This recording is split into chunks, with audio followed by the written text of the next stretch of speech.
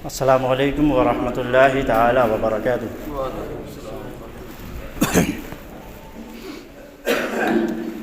नहमदुहु व नुसल्ली अला रसूलिहिल करीम। अम्मा बाद फ़अऊज़ु बिल्लाहि मिनश शैतानिर रजीम। बिस्मिल्लाहिर रहमानिर रहीम। मन ज़ारा क़ब्री वजबत लहू शफ़ाअती। सदक़ल्लाहु मौलाना अज़ीम व सदक़ रसूलुहुन नबियुल करीमुल अमीन व नहनु अला ज़ालिका लमिन शाहिदीन व शाकिरीन वल्हम्दुलिल्लाहि रब्बिल आलमीन। सबसे पहले ताजदार अरब व अजम मालिक रिकाब उमम, बेकसों के कस बेबसों के बस, टूटे दिलों के सहारा जनाब अब्दुल्लाह के दिल का सहारा, रूह फ़िदा जिगर गोश अब्दुल्लाह जनाब मुहम्मद रसूलुल्लाह सल्लल्लाहु अलैहि वसल्लम की बारगाह आलिया में बाबाज़ बुलंद इश्क़ व मोहब्बत के साथ दुरूद पाक अल्लाहुम्मा सल्ली अला सय्यदिना व मौलाना मुहम्मद मअदनुल जूद वल करम व अला आलिहि व बारिक व सल्लिम सलातुन व सलामन अलैका या रसूलल्लाह सल्लल्लाहु तआला अलैहि वसल्लम। आला हज़रत अज़ीमुल बरकत अज़ीमुल मर्तबत इरशाद फरमाते हैं, वाह क्या जूदो करम है शहे बतहा तेरा, नहीं सुनता ही नहीं मांगने वाला तेरा। फ़र्श वाले तेरी शौकत का उलू क्या जाने, खुसरवा अर्श पे उड़ता है फरेरा तेरा। मैं तो मालिक ही कहूँगा कि वो मालिक के हबीब, यानी महबूब व मुहिब में नहीं मेरा तेरा, यानी महबूब व मुहिब में नहीं मेरा तेरा। और कहते हैं फ़ख्र आका में रज़ा और एक नज़्म रफ़ी, चल लिखा लाएँ सना खानों में चेहरा तेरा। एक शायर हैं जिनका नाम है अब्दुर्रहमान जामी, फरमाते हैं ये भी है कोई जीने में जीना मेरे हुजूर, ये भी है कोई जीने में जीना मेरे हुजूर, देखूँ ना ज़िंदगी में मदीना मेरे हुजूर। क्या कहा? ये भी है कोई जीने में जीना मेरे हुजूर, देखूँ ना ज़िंदगी में मदीना मेरे हुजूर। अश्कों की रोशनाई से रूए हयात पर कब तक लिखूँ मदीना मदीना मदीना मेरे हुजूर। क्या कहा? कब तक लिखूँ मदीना मदीना मदीना मेरे हुजूर। सुने सरकार फरमाते हैं कि जब कोई मुझ पर एक मरतबा दुरूद पढ़ता है, अल्लाह रब्बुल इज़्ज़त उस पर 10 रहमतें अता फरमाता है। अब इसको यहीं रखें। सरकार बोले कि जो दुनिया में मुझ पर जितना दुरूद पड़ेगा, हश्र के मैदान में वो मेरे उतना ही करीब होगा। जितना दुरूद वो मुझ पर पड़ेगा, हश्र के मैदान में वो मेरे उतना ही करीब होगा। फिर सरकार ने फरमाया, जो मुझ मोहम्मद सल्लल्लाहु अलैहि वसल्लम फरमाते हैं, जो मुझ मोहम्मद पर दुरूद पाक पढ़ना भूल गया, गोया कि वो जन्नत का रास्ता भूल गया। फिर सरकार फरमाते हैं कि मेरा नाम मोहम्मद सल्लल्लाहु अलैहि वसल्लम आए और मेरा चाहने वाला मुझ पर दुरूद ना पढ़े तो उसकी नाक खाक आलूद हो जाए। फिर मेरे नबी ने फरमाया, सरकार कहते हैं, तुम जब अपने मकान में, अपने घर में, अपनी दुकान में, अपनी जगह खड़े होकर दुरूद पढ़ते हो, अब सवाल ये है कि हम यहाँ से पढ़ते हैं, क्या वो वहाँ से सुनते हैं? हम अपने घर में कांदरपुर की सरजमीन पे बैठ के दुरूद पढ़ें तो क्या वहाँ पहुँचेगी? मेरे नबी फरमाते हैं, कोई और नहीं, आका बोले कि जब तुम मुझ पर दुरूद पढ़ते हो, मैं मोहम्मद अपने कानों से तुम्हारे दुरूदों को सुना करता हूँ। अपने कानों से मैं दुरूद पाक तुम्हारी सुना करता हूँ। अब देखें आप, हज़रत अबू सुफियान सौरी रहमतुल्लाहि ताला अलैह एक जलीलुल क़द्र सहाबी हैं। बात मदीने की करते हैं इंशाअल्लाह। जलीलुल क़द्र सहाबी हैं। खाना काबा का तवाफ़ फरमा रहे थे, आप लगा रहे चक्कर,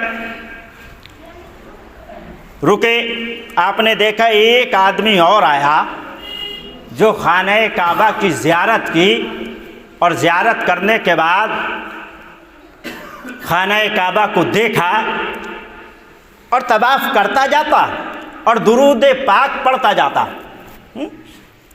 तवाफ़ करता रहे, एक चक्कर हुआ सल्लल्लाहु अलैहि वसल्लम, दूसरा चक्कर हुआ सल्लल्लाहु ताला अलैहि वसल्लम, दुरूद ही पढ़ लिया, दुरूद ही पढ़ लिया, दुरूद ही पढ़ लिया, दुरूद ही पढ़ लिया, चक्कर पे चक्कर, चक्कर पे चक्कर, तवाफ़ पे तवाफ़, और साथ में लबों पे कोई विर्द नहीं, ला इलाहा इल्लल्लाह मुहम्मद रसूलुल्लाह नहीं, कोई तस्बीह नहीं, कुछ नहीं, सिर्फ सल्लल्लाहु ताला अलैहि वसल्लम। हज़रत सुफियान सौरी उसके करीब गए, उसको रोका, कहा भाई बात क्या है, लोग जब तवाफ़ करते हैं तो तस्बीह पढ़ते हैं और ज़िक्र व अस्कार करते हैं, आप जब तवाफ़ करते हैं तो सिर्फ दुरूद पढ़ते हैं, क्या बात है। उसने कहा कि मैं और मेरे वालिद साहब हज के लिए अपने घर से निकले थे, रास्ते में जब हम लोग कई किलोमीटर का सफ़र कर चुके तो रास्ते में मेरे वालिद की तबीयत अलील हुई, ख़राब हो गई, बीमार पड़ गए। वहाँ हम रुके, मेरे बाप को मेरी गोद में उनका सर है, मैं लिया हुआ बैठा हुआ हूँ उनको, और सहरा में था, जंगल में था, तो कोई तबीब नहीं, कोई हकीम नहीं, कोई डॉक्टर नहीं जिसके पास मैं ले जाऊं उसको और उसको दिखाऊं और वो ठीक हो जाए। मेरे बाप का सर मेरी गोद में है और मैं अपने बाप को देख रहा हूं, उनकी पेशानी पर मैं अपना हाथ फेर रहा हूं और तसल्ली दे रहा हूं।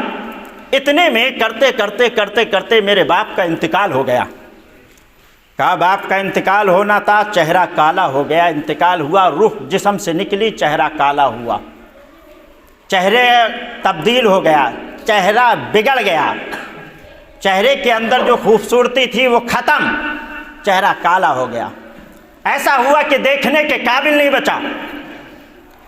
अपनी गोद से मैंने अपने बाप का सर उठा के ज़मीन पे रख दिया, ज़मीन पे रख के मैं इधर उधर देखने लगा ताकि कोई मुझे मिल जाए और मैं इसको लेके जाऊं। बैठे बैठे मैं रो रहा था, कुछ देर बाद बैठ के मैं रोने लगा, आंख से मेरे आंसू निकल रहे हैं। मुझ पे नींद तारी हो गई, नींद का गलबा हुआ, आंख मेरी लगी। कहते हैं जब मेरी आंख लगी तो मेरे ख्वाब में जनाबे मोहम्मद रसूलुल्लाह सल्लल्लाहु ताला अलैहि वसल्लम तशरीफ़ लाए। सरकार तशरीफ़ लाए तो सरकार ने, कहते हैं कि मेरे बाप के सर से कपड़ा हटाया। कपड़ा हटाने के बाद में उसके मेरे बाप के सर पे सरकार ने अपना दस्ते मुबारक फेर दिया। हाथ फिरना था, चेहरा काला था, ठीक हो गया, साफ़ हो गया, अच्छा हो गया, देखने के काबिल हो गया। कहा इतना मैंने देखा, फिर वो चलने लगे। जब वो चलने लगे तो मैं जल्दी से दौड़ा और जाके मैंने दामन थामा और थाम के मैं मचला। मैंने कहा आप हैं कौन? तो फरमाया मुझे नहीं जानता, मैं आमना का लाल जनाबे मोहम्मद रसूलुल्लाह हूँ। कहा हुजूर आप? कहा हाँ मैं। कहा मामला क्या है? सरकार ने फरमाया अब जो गाने पढ़ते हैं वो उसको छोड़ दें, कॉमेडिया जो देखते हैं वो भी उसको छोड़ दें, जो इधर उधर की बातें करते हैं वो भी छोड़ दें। ना तुम्हारे गाने साथ देंगे, ना फिल्में साथ देंगी, ना गालियां साथ देंगी, साथ देगा कोई। और ना हक बात कहूँ तो ना तुम्हारा बाप साथ देगा, ना तुम्हारा चचा साथ देगा, ना तुम्हारे रिश्तेदार अज़्ज़ा अक़रबा। जिस औलाद के लिए मैंने अपनी ज़िंदगी पूरी बर्बाद की, नमाज़ें छोड़ दी, हज फ़र्ज़ हो गया छोड़ दिया, ज़कात देना फ़र्ज़ हो गई औलाद के लिए छोड़ दिया, फजर की नमाज़ मेरे ऊपर फ़र्ज़ है, लेकिन उसकी बजाय मैंने काम पे जाना पसंद किया। सुबह 4 बजे मंडी जाना मैंने पसंद किया, नमाज छोड़ी औलाद के खातिर है। हज फ़र्ज़ हुआ छोड़ दिया औलाद के खातिर, ज़कात नहीं दी औलाद के खातिर, पूरी ज़िंदगी अपनी दुनिया पे लगा दी औलाद के खातिर। ये औलाद और ये तुम्हारा बाप कब्र में तुम्हें बचाने नहीं आएगा। बचाने आएगा कौन? तो गुंबद खजरा की जानिब लौ लगाइए और सरकार से पूछिए या रसूल अल्लाह मेरा बाप कब्र में मेरा साथ नहीं देगा, मेरी औलाद मेरी कब्र में मेरा साथ नहीं देगी, मेरे अहिब्बा अकरबा कब्र में मेरे साथ नहीं देंगे। या रसूल अल्लाह जब मेरा बाप दूर होगा, मेरा बेटा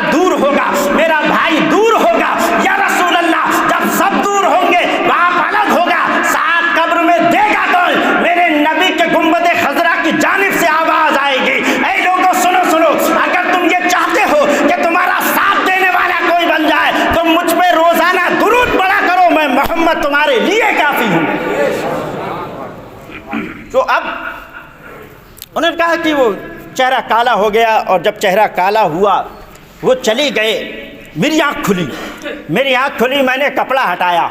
आप अपने लबों को खोलिए और बोलिए जल्दी से सुभान अल्लाह, फिर मज़ा आएगा, और ज़ोर से बोले सुभान अल्लाह।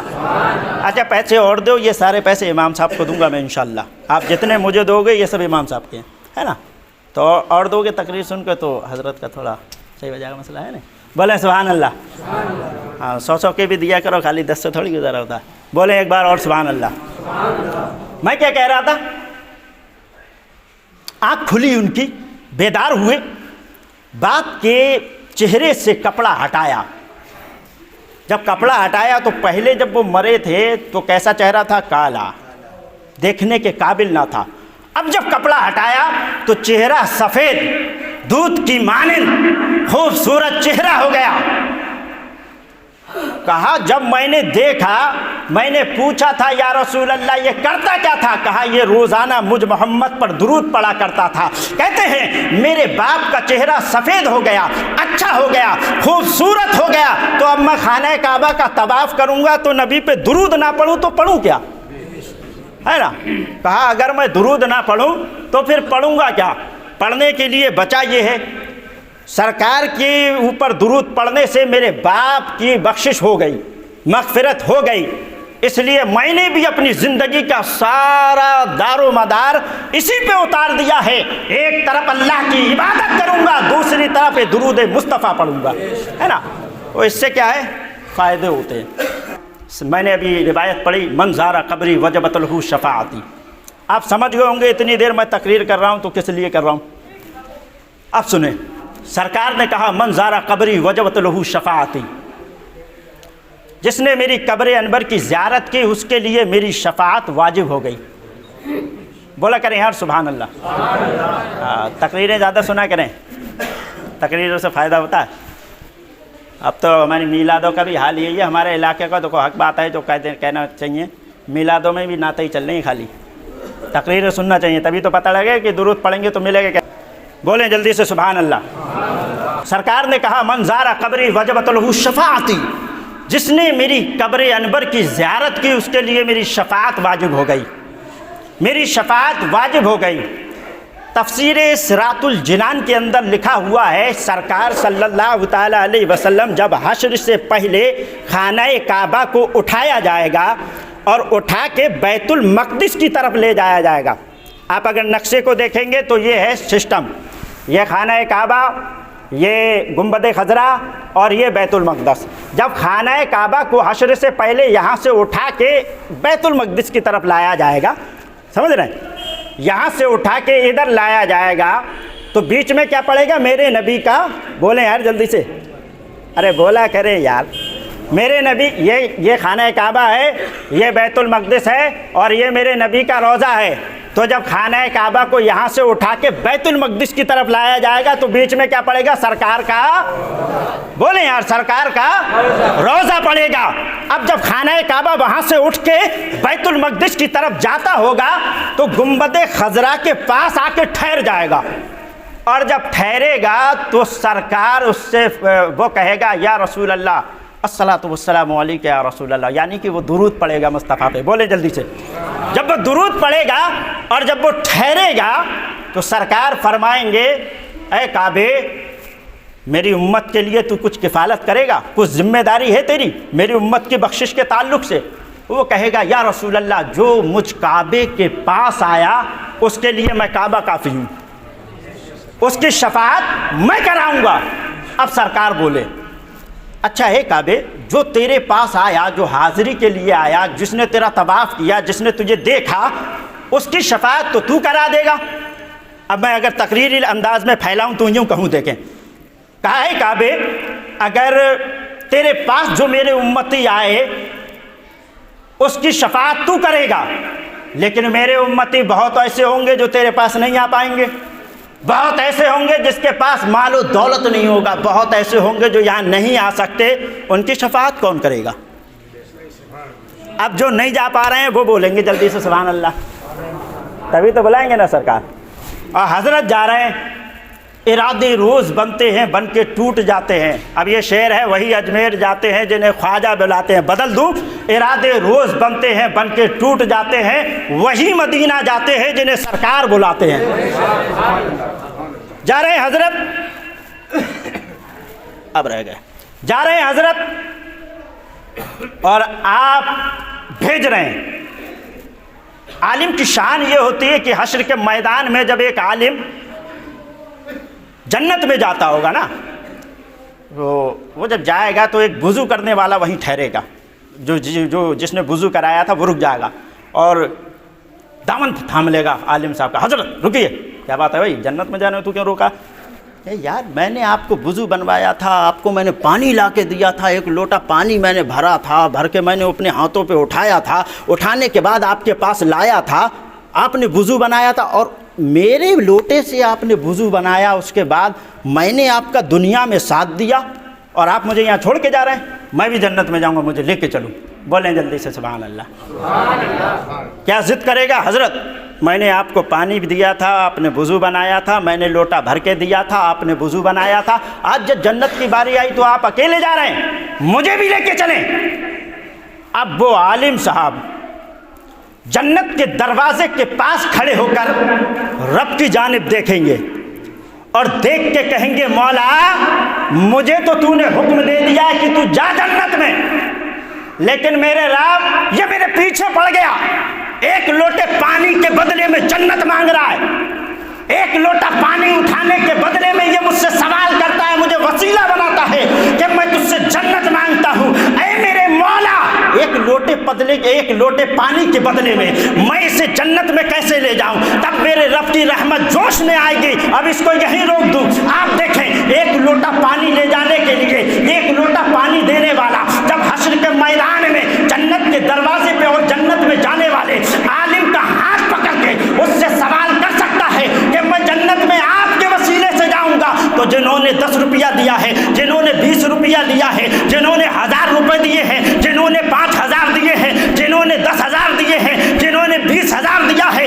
जिसने 1 रुपया भी इनके हज जाने के मामले में डाला है और उसकी नीयत ये है कि मौलाना इंतजार साहब किबला हज करने के लिए जा रहे हैं, मैं सवाब की नीयत से इसमें पैसे मिला देता हूँ। हश्र के मैदान में जब एक पानी भर के लोटे देने वाले को अल्लाह फरमाएगा कि आलिम घबरा नहीं, जन्नत मेरी है, ले जाना काम तेरा है, जन्नत मेरी है, वसीला तेरा होगा।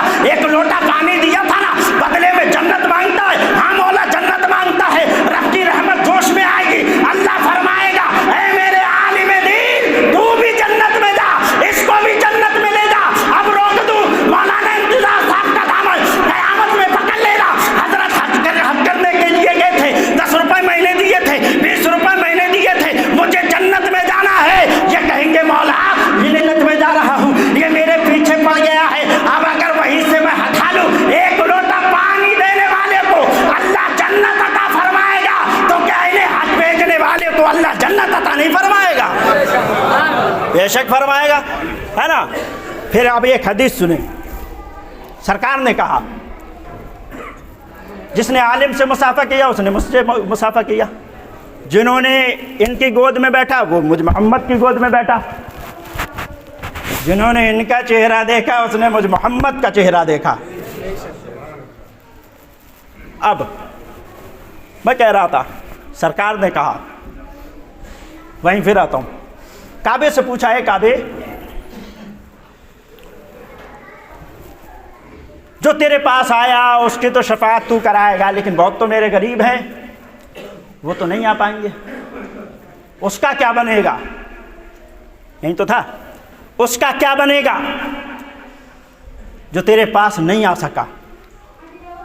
आलम अरवाह में जिन्होंने लब्बैक कहा था उनको सआदत हासिल हुई, मदीना देखने गए। वो कहेगा काबा, मौला के प्यारे रसूल जो काबे के करीब आए, मुझे देखा, मेरा गिलाफ चूमा, उसके लिए मेरी शफाअत काफ़ी है। सरकार फरमाएंगे जो ना आ सका उसके लिए क्या है? काबा कहेगा या रसूल अल्लाह जो मेरे पास आया उसके लिए मैं काफ़ी हूँ, जो मेरे पास ना आ सका उसके लिए या रसूल अल्लाह आप काफ़ी हैं, आप काफ़ी हैं। आप आज ले उनकी पनाह, आज मदद मांग उनसे, कल ना मानेंगे क़ियामत में अगर मान गया। अब मैं एक बात कहूँ, तकरीर मेरी हो गई जो मुझे करना थी। अब एक बात सुने मेरी। हज़रत हज के लिए जा रहे हैं, सबका दिल है, सब भेजेंगे इंशाअल्लाह, सब पैसा इकट्ठा कर रहे हैं और वक्त भी कम है, काम ज़्यादा है। जैसे मेरे पास वक्त कम था, तकरीर लंबी थी, मैंने उसको समेट दिया। वक्त कम है, काम ज़्यादा है, इसका पैसा इकट्ठा करने का, है कि नहीं। अब जिसका जैसा दिल है वो है। मैं ये कहना अपनी तरफ से चाहता हूँ वो ये कि अब इसमें ये ज़रूरी नहीं है कि कांदरपुर वाले ही पैसा दें या बरकलीगंज वाले दें। मैं उलहता पर का हूँ, ये ज़रूरी नहीं है कि मैं नहीं दूंगा। सवाब तो मैं भी हासिल कर सकता हूँ ना, मैं भी दे सकता हूँ। तो लिहाजा ज़रूरी ये है कोई कहीं का भी हो। खुशी इस बात की है कि हमारे पूरे इलाके में किसी गांव के किसी मस्जिद के इमाम को आज तक हज नहीं भेजा गया। ये आप लोगों के लिए मुबारकबाद। हाँ दे दो, ये भी दे दो इमाम साहब को। ये आप लोगों के लिए मुबारकबाद है, अल्लाह आपको इसका सिला अता फरमाया। किसी ने नहीं भेजा इस इलाके में आज तक। कोई इमाम साहब हज को गए हों तो बताओ, पब्लिक ने नहीं भेजा ना आज तक, आप भेज रहे हैं। इसका सिला अल्लाह आपको देगा, इसका बदला अल्लाह आपको देगा। कैसे देगा वो मैंने अभी रिवायत पढ़ी, समझ रहे हैं ना। अल्लाह रब्बुल इज़्ज़त आपको उसका सिला देगा। तो आप लोग भी ज़्यादा से ज़्यादा दीजिए इमामों को हज भेजने की। अभी इसी बार हमारे एक दोस्त हैं यासीन भाई, पंडेरा फार्म में इमामत करते हैं वो। अभी इसी बार हज करके आए, उन्हें पंडेरा वालों ने भेजा। और वो हर साल जो इमाम साहब 2 साल रुक जाते हैं उनका वो लोग हज कराते हैं। उनके मस्जिद से कोई ऐसा इमाम नहीं गया जिसका हज ना हुआ हो। कहा ना कि मंजारा कब्री वजबत लहू शफाअती, जिसने मेरी कब्र अनवर की ज़ियारत की उसके लिए मेरी शफाअत वाजिब हो गई। आका हम तो गरीब हैं, जो जाएगा उसके लिए शफाअत हो गई। लेकिन किस्मतें होती हैं, आशिक रोते हैं रात में। तहज्जुद की नमाज़ पढ़ने के बाद लोग 1-1 घंटा मुसल्ले पे रोते हैं, दाढ़ियाँ भीग जाती हैं। और इस चीज़ पे मत रहो कि मेरे पास पैसा है तो वो मेरा पैसा है, मैंने बड़ी मेहनत से कमाया, ना मैं ज़कात दूंगा और ना मैं दीन के किसी काम में दूंगा। ये अकड़ होना ही नहीं चाहिए। ये आप मुझे बताइए, आपके पास इतनी हिम्मत है, इतनी कुव्वत है, इतनी ताकत है और कि आप अपने बच्चे को एक निवाला खिला सकें अपनी तरफ से? कोई नहीं खिला सकता है ना। इतना दम है ही नहीं किसी माई के लाल में जो अपनी मर्ज़ी से अपने बच्चे को एक निवाला खिला दे। वो निवाला खिलाता है जब तक मेरा रब ना चाहे, किसी को निवाला नसीब नहीं होता है ना। निवाला किसी को नसीब नहीं होता जब तक मेरा रब नहीं चाहता है ना। ये ज़रूरी है कि मेरा काम चल रहा है, किस वजह से चल रहा है। आप ये देखिए, हो सकता है मेरे कांदरपुर के अंदर, मेरे बरकलीगंज के अंदर, मेरे उलहतापुर के अंदर, मेरे मड़िया के इलाके में या अतराफ़ में हो सकता है कोई ऐसा आदमी हो सकता है कोई ऐसी अल्लाह बंदी हो जो तुम सोते हो अपने बिस्तरों पे, फजर की भी गई, जोहर की भी गई, असर की भी गई, मगरिब की भी गई, वहाँ तो सो रहा था, यहाँ तो जाग रहा है। यानी फजर में सो रहा था, इशा में जाग रहा है, असर में जाग रहा है, जोहर में जाग रहा है, नमाजें छूट गई, फिर भी दावा ये है कि मैं खिला रहा हूँ अपने बच्चे को। नहीं मेरे दोस्त, किताबों में आता है तेरे पूरे इलाके में कोई ना कोई ऐसा अल्लाह का बंदा होगा, कोई ना कोई ऐसी अल्लाह की बंदी होगी जो पूरा इलाका सोता होगा, वो रात में उठता होगा, उठ के वुज़ू बनाता होगा और सरकार की सुन्नत समझ के रात में नमाज तहज्जुद अदा करता होगा। उसके सदक़े से चल रही है भाई, ना तो क़यामत अभी आ जाए। वो आदमी जो रातों में इबादत करने वाला हो, वो औरत जो रातों में इबादत करने वाली हो, ये जो आसमान टिका हुआ है ना, जैसे ये मस्जिद टिकी हुई क्या पे, सुतून पे 1 2 3 और बाहर और बीच में दीवार, अगर इन सुतूनों को अभी कटवा दिया जाए तो छत नीचे है कि नहीं। आसमान भी ऐसी रुका हुआ है, उसके लिए भी सुतून है।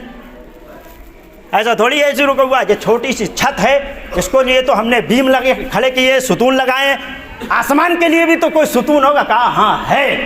क्या है? कहा सुतून ये है कि कोई अल्लाह वाला इबादत करता है, उसकी वजह से वो रुका हुआ है। अगर वो रात में इबादत करना छोड़ दे तो वो अभी आ जाए। वो इतराने की ज़रूरत नहीं है। ज़्यादा से ज़्यादा मतलब अल्लाह ने पैसा दिया है तो उसको ख़त्म कीजिए। देखिए मैं एक बात सुनाता हूँ। हज़रत इमाम मालिक रज़ी अल्लाह ताला अन्हु, बहुत बड़े इमाम हैं, हज करने के लिए गए। मदीने की सरजमीन पर एक कांटा उनके तलबे में चुभा। अपना पंजा ऐसे रखा हुआ, चुभ गया एड़ी पे। जब चुभा तो निकाला नहीं, पंजे के बल चलना शुरू किया। कौन है? हज़रत इमाम मालिक। पंजे के बल चल रहे ऐसे। एक साहब ने पूछा, हज़रत ये कांटा चुभ गया, इसको निकाल लीजिए। आपने फरमाया ये कांटा और इसका निशान अल्लाह ताला अगर हश्र के मैदान में मुझसे पूछेगा, मालिक दुनिया से क्या लाया? बहुत बड़े इमाम हैं, बहुत बड़े आलिम हैं, बहुत बड़े वली हैं। कहा अल्लाह पूछेगा क़यामत के दिन, मालिक दुनिया से क्या लाया? अर्ज करूंगा मौला कुछ नहीं था, सिर्फ ये लाया हूं कि तेरे नबी के दयार का कांटा मेरे तलबे में चुभा था, उसका निशान लेके आया हूं बस।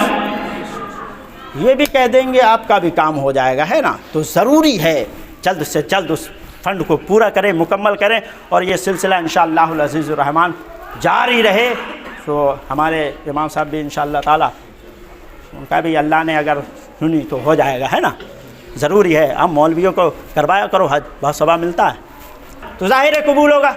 वैसे कबूल करना नहीं करना उसका काम, लेकिन अलामत ये है कि हाँ वो जानता है अपनी तरफ जो अमल करना है, मीज़ाबिर अहमद देखना है, जितने उसके अरकान हैं उस अरकान को आलिम अपने इल्म के मुताबिक अदा करेगा, है ना।